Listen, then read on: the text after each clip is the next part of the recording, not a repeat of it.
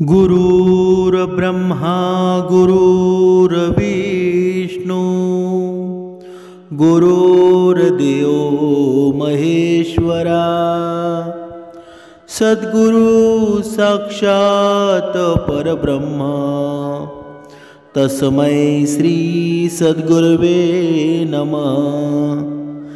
जय जय रघुवीर समर्थ श्रीराम समर्थ। सद्गुरु चरणांना नतमस्तक होऊन आपण या सुंदर सकाळच्या वातावरणामध्ये या निरूपणास सुरुवात करूया। मायबाप सज्जनांचं स्वागत आहे। समर्थ सांगत आहे की मनुष्याने आयुष्य असं जगावं ना की आपलं जगणं पाहून इतरांच्या जगण्यात सुद्धा आनंद निर्माण झाला पाहिजे। म्हणजे काय? म्हणजे आपण पाहत असतो या विश्वामध्ये अशी लोक आहेत ना, अशी माणसं आहेत की भरपूर प्रकारचं सर्व काही असून सुद्धा, भरपूर संपत्ती असून सुद्धा त्यांच्या जगण्यामध्ये आनंद नाही। पण तो जगण्यामध्ये आनंद का नाही बरं? त्याचं कारण आहे की त्या जगण्यामध्ये खूप त्रास निर्माण झालेला आहे, खूप दुःख निर्माण झालेलं आहे। पैसा समोर दिसतोय पण त्या पैशासाठी आपण त्या पैशाचं काही करू शकत नाही। म्हणजे सत्यासाठी सर्व गोष्टींचा त्याग करावा, परंतु कोणत्या कारणास्तव सत्याचा कधी त्याग करू नये। म्हणजे जेव्हा हा मनुष्य असं वागायला सुरुवात करेल ना तेव्हा खऱ्या आनंदाची अनुभूती त्याला मिळणार आहे। नाहीतर कधी कधी असं घडतं की भरपूर संपत्ती असून सुद्धा त्या संपत्तीचा काही उपभोग घेता येतो का? कधीच घेता येत नाही। कारण का? कारण ज्याची संगतीच चांगली नसेल तर त्याच्या जीवनामध्ये सुख निर्माण होईल का? बघा, समर्थ रामदास स्वामींनी मनाच्या श्लोकांमध्ये सुंदर वर्णन केलेलं आहे। जयाचे निसंगे समाधान भंगे अहंता अकस्मात येऊन लागे तये संगतीची जणी कोण गोडी जिये संगतीने मती राम जो सोडी। म्हणजे ज्यांच्या संगतीने समाधानाचा नाश होतो ना, अहंकार अचानकपणे निर्माण होऊन वाढायला लागतो, त्यांची संगत मनुष्याने धरावी की त्यांची संगत मनुष्याने करावी का? म्हणजेच त्यांच्या कुसंगतीची गोडी ती काय कामाची आहे? ज्यांच्या संगतीनं बुद्धीस प्रभू श्री रामाचाच विसर पडायला लागतो, म्हणजे अशी संगती काही कामाची आहे का?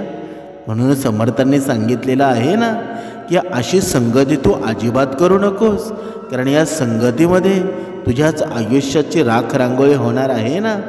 म्हणजे लक्षात ठेवा, आपले गोड शब्द असतात ना ते पराभूत झालेल्या व्यक्तीला सुद्धा पुन्हा जिंकण्याचं बळ देत असतात। पण हे आपले गोड शब्द हे आपल्या हृदयामध्ये, हे आपल्या निर्मळ मनामध्ये कधी येतील बरं? जेव्हा आपण भक्तिमार्गामध्ये असू, आपलं मन प्रसन्न असेल तेव्हाच्या गोष्टी घडतील ना, तशा या गोष्टी घडतील का? कधीच घडणार नाही। म्हणून समर्थांनी सांगितलेलंच आहे ना, मणी लोचणी श्री हरी तोची पाहे जणी जाणता भक्त हो निराहे गुणी प्रीती राखे क्रमू साधनाचा जगी धन्य तो दास सर्वोत्तमाचा। म्हणजेच जो अंतर्मनाने आणि बाह्य नेत्रांनीही श्रीहरीचं सतत दर्शन घेतो तो जगात राहून सुद्धा म्हणजे जाणीवपूर्वक श्रीहरी भक्तीमध्ये अंतर्बाह्य लीन असलेला असा भक्त होऊन राहतो। म्हणजे जो असा गुणी भक्त आहे ना, अतिशय प्रेमाने टप्प्याटप्प्याने प्रगती करत असतो, नियमाने साधनेचा क्रम राखतो, तोच सर्वोत्तमाचा म्हणजे परमेश्वराचा हा भक्त आहे। तो जगामध्ये तर धन्य आहेच ना। म्हणजेच भगवंताला भक्त कसा आवडतो? ज्याप्रमाणे श्रीरामाची आणि हनुमंतरायांची भक्ती होती ना. बघा, खरं तर मित्र आणि आपला शत्रू असेल या दोघांमध्ये अंतर काय असतं ते आपण श्रीरामाच्या आणि हनुमंतरायांच्या भक्तीमध्ये पाहिलं, श्रीरामांच्या आणि रावणाच्या शत्रुत्वामध्ये पाहिलं. म्हणजेच जर या दोन्ही गोष्टींचा जर विचार केला ना तर सर्वात श्रेष्ठ शत्रुत्व ठरतं की मैत्री ठरते हे आपल्याला महाभारतसुद्धा सांगतं आणि रामायणसुद्धा सांगतं. म्हणूनच समर्थांनी सांगितलंच आहे ना, जेवढं तू मौन मुद्रा धारण करशील ना, जेवढी तुझ्या जीवनामध्ये तू कमी बोलशील ना, तेवढा तुझा आदर भगवंतापुढे वाढेल. म्हणजेच भगवंताला बाह्यरंगाची भक्ती कधीच आवडत नाही. अंतर्ध्यानामध्ये जाऊन तो भक्ती करतो ना, तीच खरी भक्ती आवडते. म्हणजेच जो ब्रह्ममुहूर्तावर उठून उपासना करतो आणि अंतर्ध्यानामध्ये लीन होतो ना, ती भक्ती खरी आहे. आणि अशी भक्ती आहे ना, या बोटावर मोजण्या इतकी माणसंच करत असतात. मग आपण कधीतरी विचार करा, आपण ब्रह्ममुहूर्तावर उठतो का आणि अशी अंतर्ध्यानामध्ये असलेली भक्ती करतो का? आणि मग पुन्हा आपले प्रश्न तेच असतात की हे भगवंता, मी एवढे वर्ष झाले भक्तिमार्ग करत आहे, सर्व काही व्यवस्थित करत आहे, मी आज्ञेमध्ये सुद्धा आहे, तरीसुद्धा मला माझ्याकडे धन का वाढत नाही बरं? पण समर्थांनी सांगितलेलं आहे, तू धनासाठी नाराज होऊ नकोस, पैशासाठी तू अजिबात नाराज होऊ नकोस. कारण ज्याच्याकडे भरपूर धन आहे ना, तो त्याच त्रासाने दुःखी झालेला आहे की मला अजून किती धन मिळेल. पण तू जर असा विचार केला आहेस ना की हे भगवंता, तू देशील जे माझ्याकडं आहे ना ते सर्वश्रेष्ठ आहे, तुझ्या जीवनामध्ये कधीच दुःख येणार नाही. आणि राहिली तुझ्याकडे अजून धन का येत नाही, तर ते सुद्धा समर्थांनी सांगितलेलं आहे. तू विचार करत बसू नकोस, तू नित्य नेमानं उपासना कर, नित्य नेमाने तुझं जीवन जग. कारण हे धन आहे ना, हे क्षणभंगूर आहे, ते कधी जाईल आणि कधी त्या धन असूनसुद्धा तुला उपभोग घेता येणार नाही. म्हणून तुझं जे जीवन आहे ना ते सर्वश्रेष्ठ आहे, त्याचा तू उपभोग घे. आणि हा उपभोग घेताना परमेश्वराचं चिंतन कर. कारण का? कारण जेव्हा तू अंतर्ध्यानामध्ये लीन होशील ना, तेव्हा तुला सर्व प्रश्नांची उत्तरं मिळतील. म्हणजेच तू मौनामध्ये राहायला हवं.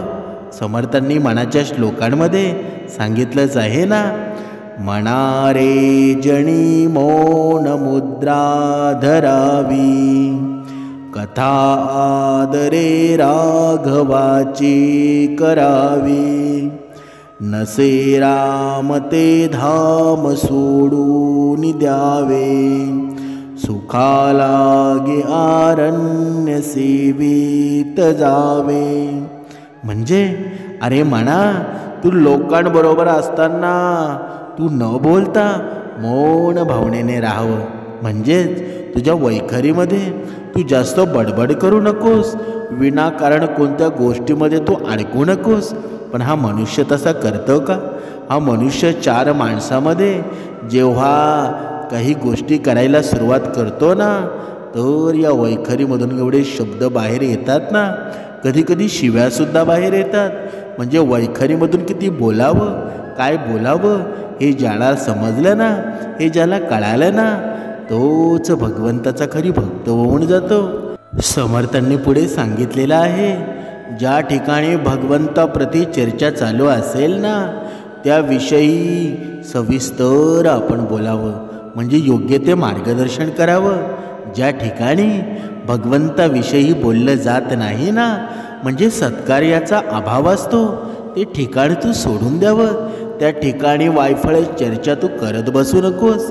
जर या गोष्टीमध्ये तू अडकलास ना, तर तुझ्या अधोगतीचं कारण तू म्हणू शकतोस. म्हणजे त्याऐवजी तू अरण्यामध्ये जर फेरफटका मारलास तर तुला तिथे सुद्धा अनुभवता येईल. म्हणजे समर्थांनी सांगितलेलं आहे ना, आपण जेव्हा चार माणसामध्ये जेव्हा बसतो ना अशा गप्पा मारतो की त्या गप्पा एवढ्या विकोप्याला जातात ना, कधी कधी त्या गप्पांमध्ये भांडणसुद्धा होतं. म्हणूनच समर्थांनी सांगितलेलं आहे ना, आपल्या वाणीमध्ये आपल्याला शोभतं तेवढं बोलावं, नाहीतर आपण वेगळी चर्चा केली ना तर ते भांडणसुद्धा होऊ शकतं आणि हे भांडण अधोगतीला सुद्धा जाऊ शकतं. म्हणजेच विकृत बुद्धी असते, वाईट मार्ग असतो, तो शेवटी अधोगतीलाच जातो ना. आपल्या घरच्यांवर विश्वाससुद्धा त्याचा बसत नाही, म्हणजेच विश्वास तो गमावून बसतो. संत तुकाराम महाराजांच्या अभंगामध्ये सुंदर वर्णनसुद्धा केलेलं आहे. शिंदळा साल्याचा नाही हा विश्वास, बाईल तो त्यास न विसंभे. दुष्ट बुद्धी चोरी करी निरंतर, तो म्हणे इतर लोक तैसे.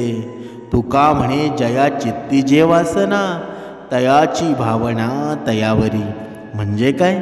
म्हणजे वाईट कृत्य करणाऱ्या व्यक्तीचा स्वतःच्या पत्नीवरही विश्वास नसतो, म्हणजे तिच्या भावावरही विश्वास नसतो. म्हणून आहे ना, तो तिला तिच्या भावाबरोबर माहेरीसुद्धा पाठवत नाही.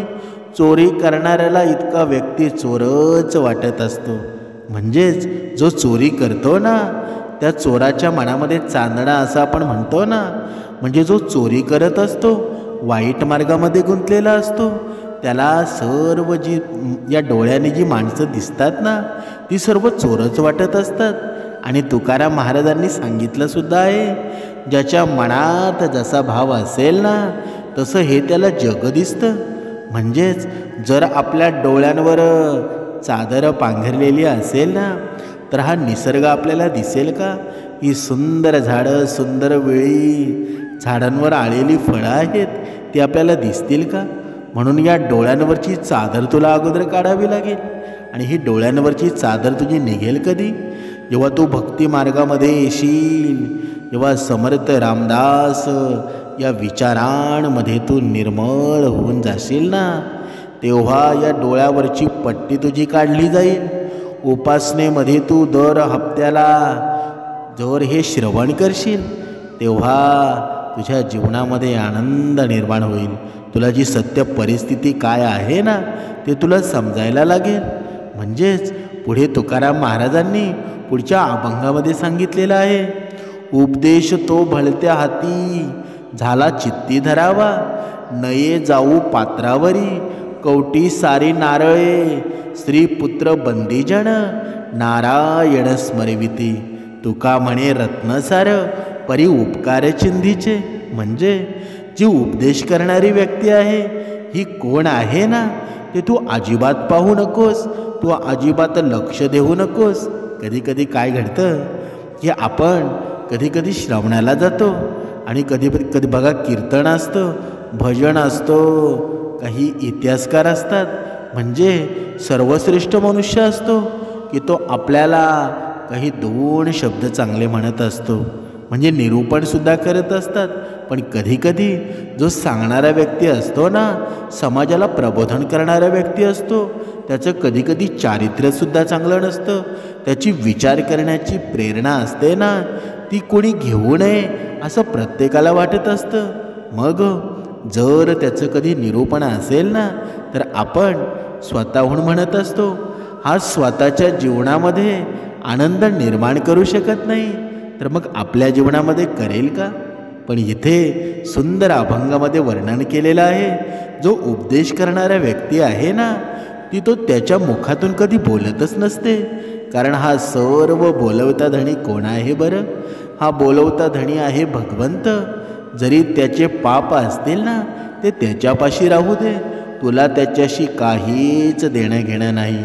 म्हणजे जसं नारळाच्या करवंटीच्या आतील जे मधुर चवीचं पाणी असतं आणि खोबरं खाऊन करवंटी टाकून देतो, त्याचं प्रमाण पत्नी असो, पुत्र असो किंवा नोकर असो, यांनी भक्तिमार्ग दाखवला ना, तरी तो आचरणात आणावा.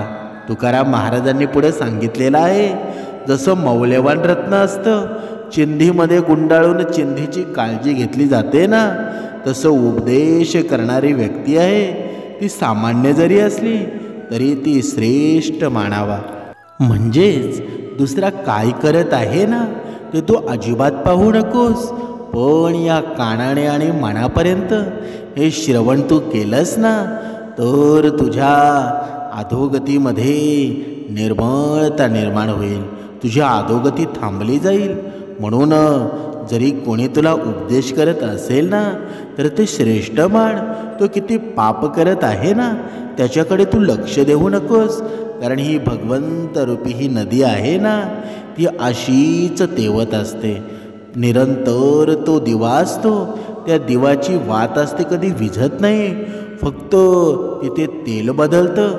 आणि ते तेल असेल ना ते कोणत्या पदार्थाचं आहे. ते तेल शेंगदाण्याचं आहे की कोणत्या वेगळ्या गोष्टीचं तेल आहे ना ते तू पाहू नकोस. पण ती ज्योतीकडे लक्ष दे. ती ज्योत आहे ती निरंतर तेवत आहे. ती निरंतर जळत आहे. आणि ती ज्योत जेव्हा विझेल ना तेव्हा तुझं आयुष्यसुद्धा किती जरी सुंदर असलं तरीही ते कोमेजून जाईल. म्हणजे ती ज्योत आहे ना तोच भगवंत आहे. जे तेल आहे त्या तेलाकडे तू लक्ष देऊ नकोस. म्हणजे समर्थांनी सांगितलेलं आहे ना जोपर्यंत या मनातून विषय शक्ती दूर होत नाही ना तोपर्यंत तू कितीही प्रपंचाचा त्याग केला तरी त्याला काही अर्थ आहे का. कधी कधी मनुष्य या जीवनाला एवढा कंटाळून जातो ना की असं मनामध्ये विचार करतो मला या माणसामध्ये राहायचं नाही. मी कुठेतरी मंदिरावर एकटा जाईल आणि माझा परमार्थ करेल. पण हा कलियुग आहे. माणसाशी नातं जोडणं म्हणजे भगवंताची भक्ती करणं हे सुद्धा सुंदर आहे ना. म्हणून माणसाने माणसामध्येच राहावं. म्हणून दुराचारी माणसाने केलेलं भजन असो, दुराचारी माणसानं केलेले पाप असो, दुराचारी माणसानं केलेलं कोणतंही कार्य असो ते पापच असतं ना. ते कधी आनंद निर्माण होईल का. कधीच होणार नाही. त्यामुळे ते नरकवासच भोगणार आहे ना तो त्याला चुकणार आहे का. कधीच चुकणार नाही. म्हणजे अंतःकरणामध्ये जर संतांची निंदा करण्याचा कितीही खटाटोप केला तरी ते व्यर्थच आहे ना. म्हणून अशा माणसांची कधीच प्रगती होत नाही आणि त्याचे पाय नरकात ओढले जातात. म्हणूनच समर्थांनी सांगितलेलं आहे जरी वर वर श्रीमंती वाटत असले ना ती क्षणिक श्रीमंती आहे. आणि ही क्षणिक श्रीमंती अधोगतीच निर्माण करत असते. आता तुम्ही म्हणाल की बघा वाईट मार्ग करूनसुद्धा त्याचं जीवन चांगलं चालू आहे. पण तू त्याच्याकडे लक्ष देऊ नकोस. कारण तो त्याचं दुःख कधी जगाला दाखवत नाही. आणि तुझा स्वभाव असा आहे ना तू थोडं तरी तुझ्या जीवनामध्ये दुःख आलं ना तू लगेच जगाला दाखवत जातोस. म्हणजेच तू दुःख आहे. कधीतरी आपलं दुःख भगवंताशी बोलायला हवं की हे भगवंता माझ्या जीवनामध्ये एवढं दुःख आहे ना ते कमी करण्याची प्रेरणा मला दे. ती कमी करण्याची बुद्धी मला दे. बघा तुमच्या जीवनामध्ये चमत्कार होतोय की नाही. पण आपण भगवंताशी कधी बोलतच नाही आणि बोलण्याची वेळसुद्धा येत नाही. कारण आपण ब्रह्ममुहूर्तावर उठत नाही. जेव्हा ब्रह्ममुहूर्तावर तुम्ही उठाल ना तेव्हा भगवंताशी तुमचं बोलणं होईल. तुम्ही अंतर्ध्यानामध्ये जाल आणि अंतर्ध्यानामध्ये जेव्हा जाल ना तेव्हा मौन रूपामध्ये राहाल. आणि हे मौन रूप असतं ना ते भगवंताला खूप आवडत असतं. तेव्हा भगवंताशी चर्चासुद्धा होते, भगवंताशी बोलणंसुद्धा होतं. पण आपण कधी ब्रह्ममुहूर्तावर उपासना करतो का. कधीतरी स्वतःच्या मनाला विचारा. म्हणजेच समर्थांनी सांगितलेलं आहे की जोपर्यंत हा क्रोध मनामध्ये आहे ना तोपर्यंत तुझ्या मनामध्ये नाना विकारचे रोग तुझ्या मनामध्ये येत असतात. आणि ते रोग असे असतात ना तुला मुळासकट घेऊन जातील. तुझा क्षणभंगूर हा देह आहे ना कुठे लीन होऊन जाईल ना, कुठे चिरडून जाईल तुला कळणारसुद्धा नाही. म्हणून हा क्रोध आहे ना त्याला तू कमी समजू नकोस. त्या क्रोधाला जर सोडून द्यायचं असेल ना तर भगवंताला शरण जा. आणि हे शरण पण आहे ना तुझ्या जीवनाचं भलंच करणार आहे. मनाच्या श्लोकांमध्ये समर्थ रामदास स्वामींनी सुंदर वर्णन केलेलं आहे. नको रे मना क्रोध हा खेदकारी, नको रे मना कामनाना विकारी, नको रे मना लोभ हा अंगीकारू, नको रे मना मस्तरुदंब भारू. म्हणजे हे मना, हा क्रोध आहे ना, एवढा खेदकारक असतो, ज्यामध्ये काम असतं, वासना असते, नाना प्रकारचे विकार असतात, आणि त्यांचा अंगीकार तू केलास ना तर तुझ्या जीवनाचा नाश होऊन जातो. म्हणून त्याचा अंगीकार तू कधी करू नकोस. हा मस्तर आहे, ही भोंदूगिरी आहे, ही देखील आयुष्यामध्ये तू करू नकोस. यामध्ये तू गुंतून गेलास ना, तुझ्या जीवनाची अधोगती झाल्याशिवाय राहणार नाही. म्हणूनच समर्थांनी वारंवार या मनुष्याला जागे करण्याचा प्रयत्न केला आहे. पण हा मनुष्य जागा असून सुद्धा झोपलेलं ढोंग घेतोय. मग त्याची अधोगती होण्यापासून त्याला कोणी वाचवेल का? कोणीच वाचवणार नाही. हा मनुष्य असतो ना बघा, त्याला वाटत असतं माझं पाप या वेगवेगळ्या तीर्थाला जाऊन मी शुद्ध होईल. पण ते कधी शुद्ध होईल का? या अंतर्मन जर अशुद्ध असेल तर बाह्य रंगाने तू शुद्ध जरी झालास ना तरी ते भगवंताला आवडणार नाही. म्हणून संत तुकाराम महाराजांच्या अभंगात सुद्धा एक सुंदर वर्णन आलेलं आहे. काय काशी करीती गंगा, भितरी चांगा नाही तो, अंधणी कुचर बाहेर तैसा, नये रसा पाकासी. काय टिळे करीती माळा, भाव खळा नाही त्या, तुका म्हणे प्रेम विन, अवघा शीन बोले भुंके. म्हणजे ज्याचे अंतःकरण शुद्ध नाही त्याने काशी क्षेत्र जरी केलं ना, गंगाजळ जरी किती त्याने प्राशन केलं, त्याचा काही उपयोग आहे का? काहीच नाही. एखादा कुचर असेल, दाणा पाकामध्ये टाकला तरी तो शिजत नाही. ज्याच्या मनामध्ये भक्तिभाव नाही ना, त्याने किती जरी कपाळाला गंधटीला लावला, गळ्यात तुळशीची माळ जरी घातली ना तरी त्याचा काही उपयोग आहे का? काहीच नाही. म्हणून ज्याच्या मनामध्ये शुद्ध भक्तिभाव नाही त्याचं बोलणं कुत्र्याच्या भुंकण्यासारखंच व्यर्थ आहे ना. म्हणूनच समर्थांनी सांगितलेलं आहे ना, या विश्वामध्ये अशी कुत्री तुम्हाला भरपूर मिळतील, भरपूर भेटी होतील, पण या कुत्र्यांमध्ये तुम्ही अडकून जाऊ नका. जर तुम्ही या कुत्र्यांमध्ये अडकून जाल ना, त्यांच्या संगतीमध्ये जाल, तर तुम्ही सुद्धा त्याच योनीमध्ये जाल.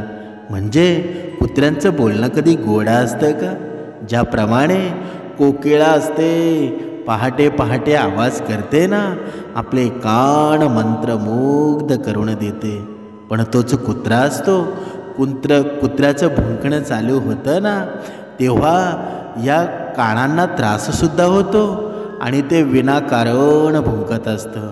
मग हे कुत्र्यांची संगत आहे, ती आपल्याला योग्य आहे का?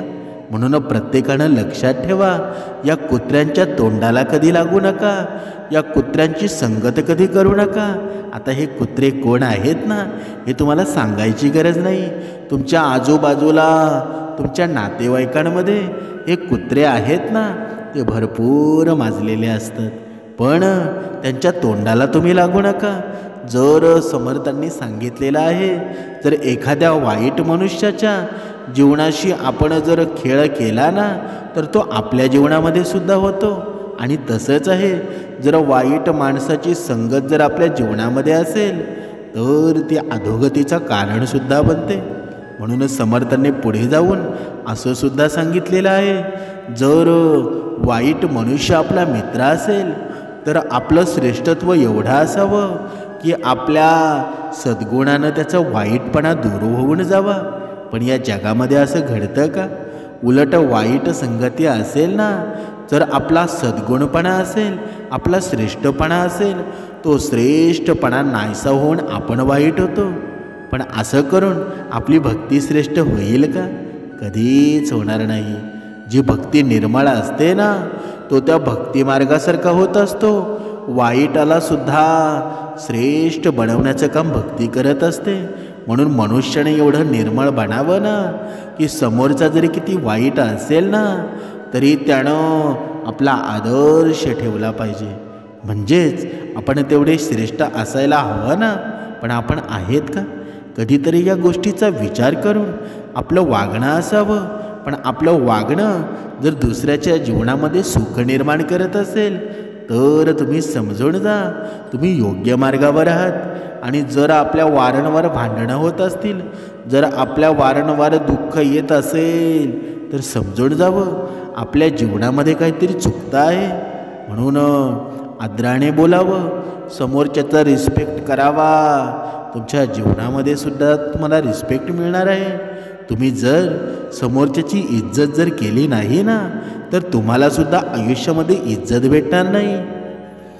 आपण हे जीवन जगताना काही संकल्प करत असतो आणि हे संकल्प असतात ना हे दोन प्रकारचे असतात. एक संकल्प असतो तो भक्ती मार्गाने केला जातो आणि दुसरा संकल्प असतो तो वाईट मार्गाने केला जातो. म्हणजे दोघांचा उद्देश एकच असतो की माझ्या जीवनामध्ये सुख निर्माण व्हावं. म्हणजे बघा दोन वाईट मार्ग असतात. बघा एक रस्ता असतो त्याचं किलोमीटर अंतर 10 किलोमीटर असतं. त्या स्थळावर जाण्यासाठी 1 तास लागतो. आणि दुसरा रस्ता असतो ना त्याचं अंतर 1 किलोमीटर असतो. ते स्थळ एकच असतं पण त्या 1 किलोमीटर अंतरावर जाण्यासाठी बघा 1 तासापेक्षा जास्त उशीर लागतो.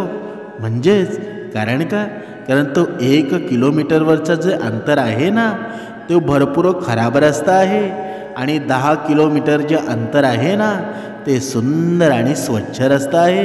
तिथे भले तुम्हाला 1 तास लागेल पण तुम्ही सुलभ मार्गाने पोचाल. आणि इथे आपल्या जीवनाचं होतं तसं. म्हणजे आपण जवळचा रस्ता पाहतो पण त्या जवळच्या रस्त्यामध्ये किती काटे टोचलेले आहेत ना, किती दगडधोंडे आहेत हे आपण विसरून जातो. आपल्याला वाटतं ह्या 1 किलोमीटरचा रस्ता आहे ना मी लगेच पार करेल. पण आपलं आयुष्य संपूर्ण जातं ना तरीसुद्धा ते अंतर कमी होत नाही. म्हणजे काय? म्हणजे लांबचा रस्ता चांगला आहे ना तोच आपल्यासाठी योग्य आहे. भले 1 तास लागेल पण आपण कसलीही काळजी न करता एकदम व्यवस्थितपणे पोचू. म्हणजेच शॉर्टकट मार्ग तुम्ही सोडून द्या. तुम्हाला वाटत असेल की मी शॉर्टकट मार्गाने भक्ती मार्गाने मी संपत्ती निर्माण करेल पण त्याच्या पाठीमागे अजिबात लागू नका. समर्थ विचार आहेत ना, तुम्हाला कधी काय द्यायचं आहे ना ते तुम्ही ठरवणार नाही, हा भगवंत ठरवत असतो. तुमच्या जीवनामध्ये किती सुख निर्माण होणार आहे तुमचे कर्म ठरवत असतात. तुमचे कर्म आहेत ना तोच भगवंत आहे. म्हणून कर्मांवर विश्वास ठेवा, कर्म करताना विचार करा. समर्थांनी मनाच्या श्लोकांमध्ये सुंदर वर्णन केलेलं आहे. मना पाप संकल्प सोडून द्यावा, मना सत्य संकल्प जीवी धरावा, मना कल्पना ते नको विषयांची, विकारे घडे हो जणी सर्वचीची. म्हणजे या मनामध्ये तुला तर संकल्प करायचा असेल ना तर या पापसंकल्पांचा करू नकोस. म्हणजेच तुझ्या मनामध्ये हा संकल्प हा निर्मळ मनाने कर. भगवंताला शरण जा. जेव्हा तू भगवंताला शरण जाशील ना तेव्हा तू सत्य मनाने संकल्पसुद्धा करशील, तुझ्या जीवनामध्ये सुद्धा उतरवशील. म्हणजे तुझ्या मनामध्ये विषय या गोष्टींचा अधिकार राहणार नाही. सर्व विषयांची तुझी नष्टता होऊन जाईल. सर्व विषय तुझे धुळीस मिळून जातील. तुझ्या जीवनामध्ये कोणता आजारसुद्धा राहणार नाही. आपण पाहिलं असेल या सद्गुरू चरित्रामध्ये सर्व काही गोष्टी सांगितलेल्या आहेत. 14वा अध्याय असेल, 18वा अध्याय असेल. मनुष्याने का वाचावा? या संसाराच्या सोडवणुकीतून वाचवण्यासाठी. हा बघा, हा सद्गुरू चरित्रातील 14वा अध्याय आपल्याला सांगितलेला आहे ना. 18वा अध्यायसुद्धा आहे. म्हणजे वेगवेगळ्या गोष्टींसाठी या अध्यायांची निर्मिती केलेली आहे. पण मनुष्य मात्र या गोष्टींकडे लक्ष देतो का? परमेश्वरानं हे जग निर्माण केलं ना. संकटसुद्धा आपल्या जीवनामध्ये गरजेचे असतात. पण आपण का घाबरतो बरं? कारण या संकटांना सामोरे जाण्यासाठी आपल्याकडे तेवढं निर्मळ मन नसतं, आपल्याकडे तेवढी बुद्धी नसते. आपण फक्त क्रोध करतो, आपण फक्त भांडणं करायला पुढे असतो. पण जेव्हा भगवंताची भक्ती करायची वेळ येते ना, मौन साधनेनं राहायची वेळ येते, तेव्हा आपले पाय मागे होतात, तेव्हा आपली बुद्धी गहाण ठेवली जाते का? म्हणून समर्थांनी सांगितलेलं आहे ना, तुला जर संकल्प करायचा असेल ना, तर तू चांगल्या मार्गाचा कर, चांगला मार्ग धर. तुझा चांगला मार्ग आहे ना, तुझा चांगला मार्ग स्वर्गापर्यंत तुला पोचवेल. तुझ्या जीवनामध्ये आनंद निर्माण होईल, तुझ्या जीवनामध्ये समाधान निर्माण होईल. म्हणून प्रत्येक माणसानं सदा सज्जनाच्या संगतीमध्ये राहावं. या दुर्गुणांची संगत सोडून द्यावी, तरच आपल्या जीवनामध्ये समाधान निर्माण झाल्याशिवाय राहणार नाही. 2 वेळची ब्रह्ममुहूर्तावर उपासना करा. म्हणजे एक पहिली सकाळी ब्रह्ममुहूर्तावर आणि दुसरी संध्याकाळी. या 2 गोष्टी जर तुम्ही केल्या ना, तर तुमचं जीवन धन्य होऊन जाईल. तुमच्या जीवनामध्ये परिवर्तन नक्कीच घडणार आहे. जय जय रघुवीर समर्थ.